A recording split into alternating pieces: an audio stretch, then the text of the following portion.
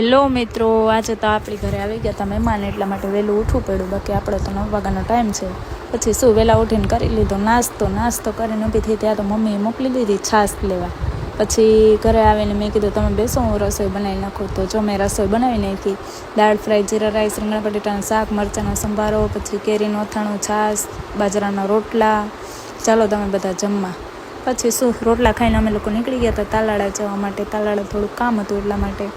ત્યાં રસ્તામાંથી હું ડેઈલી જ્યારે તાલાળા જવાનું થાય ત્યારે આ હોટલ જોઉં છું, ડાયમંડ. ટૂંકમાં મારું ડ્રીમ છે, એકવાર મારે અહીંયા વિઝિટ કરવી જ છે ડાયમંડ હોટલમાં. બરાબર. પછી શું અમે પહોંચી ગયા હતા તાલાળા જઈને મૂકી દીધા થોડાક પૈસા મૂકવા જવાનું હતું, મૂકી દીધા. ને પછી પાછો ત્યાંથી આવતા રહ્યા. ઘરે હતા તો એમના મમ્મી બંને કામ કરતા હતા અને હું બેઠી ખાતી હતી કેળા. મળીએ બીજા બ્લોગમાં. Bye bye.